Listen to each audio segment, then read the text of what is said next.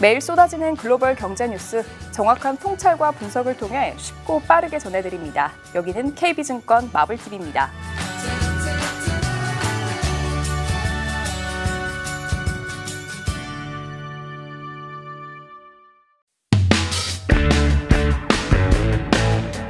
세계를 바라보는 새로운 통찰력, KB 글로벌 인사이츠 3월 23일 지금 시작합니다. 첫 번째 소식입니다. 윤곽이 드러나는 바이든 정부의 3조 달러 경기 부양책. 바이든 대통령의 경제 보좌관들이 최대 3조 달러 규모의 재정 지출을 준비하고 있는 것으로 확인됐습니다. 치열한 내부 논의 끝에 마련된 경기 부양책은 이번 주에 바이든 대통령에게 보고될 예정인데요. 1조 9천억 원 달러 규모의 추가 지원안이 대규모의 패키지로 추진됐던 것과는 달리 여러 조각으로 나눠져서 추진하는 방안이 권고될 것으로 알려졌습니다. 경기 부양, 탄소 배출 감축, 경제적 불평등 완화를 목표로 하고 있는 이번 지출안은 부분적으로 기업과 고소득층 증세를 통해 자금을 조달할 예정인데요.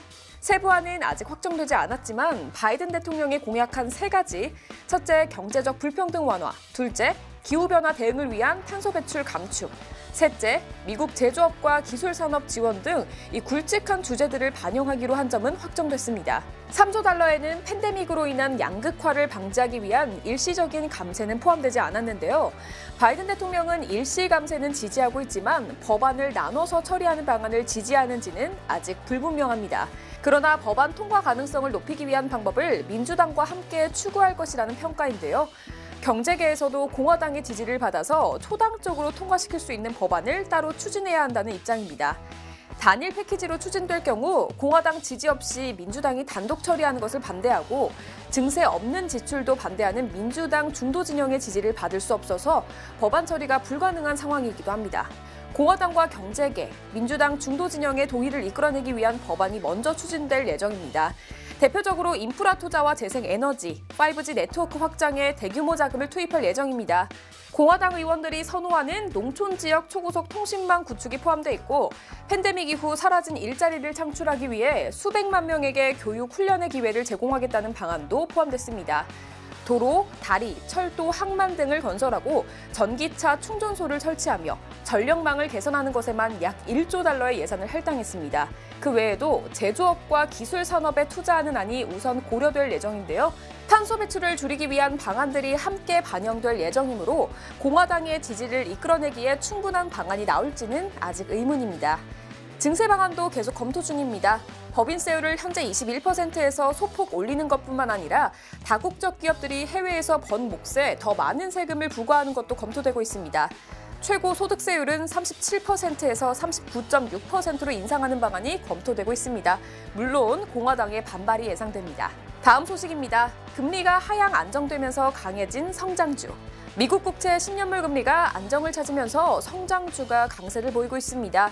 미국 국채 10년물 금리는 전일 대비 4bp 이상 하락하면서 1.7%를 하회하고 있는데요. 최근 인플레이션에 대한 우려가 높아졌고 조기 기준금리 인상 전망도 강화됐습니다. 그러나 이와 같은 우려가 다소 지나쳤다는 인식이 형성되면서 금리 상승세는 둔화되고 소폭 하향 안정됐습니다. 유로존에서 금리 상승을 막기 위한 정책 대응이 확인되고 있는 점도 금리 하향 안정에 기여했는데요. 유럽 중앙은행 ECB가 팬데믹 대응용 양적 완화를 통해 채권 매입 금액을 늘리기로 한 가운데 실제로 지난주 양적 완화를 통한 채권 보유 금액이 전주 대비 약 210억 유로가 증가했습니다. 전주 약 140억 유로가 확대된 것에 비하면 ECB가 공언한 대로 매입 속도가 빨라진 겁니다. 유럽 경기 회복 기대가 낮아지는 것도 유럽과 미국 금리 안정에 기여했습니다. 독일이 이동 제한 조치를 다음 달 18일까지 연장하기로 결정했었죠. 이달 28일 이후로부터는 이동 제한 조치를 완화하려고 했지만 메르켈 총리와 주지사들이 논의한 결과 이동 제한 조치 연장이 필요하다고 결론냈습니다. 유럽 의약품청이 아스트라제네카 백신이 안전하다고 평가했지만 유럽의 백신 접종 횟수는 계속 감소하면서 최근 7일 일평균 접종 횟수가 100만 회를 하회했습니다.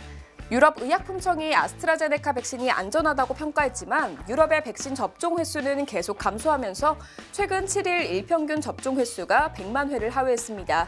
지난 20일과 21일에 일간 백신 접종 횟수가 300만 회를 돌파한 미국과 대비됐는데요. 유럽이 백신 불신을 빠르게 극복하지 못할 수도 있다는 우려가 형성되는 것도 유럽 경기 회복 기대를 낮추는 요인으로 보입니다. 지금까지 글로벌 인사이트였습니다.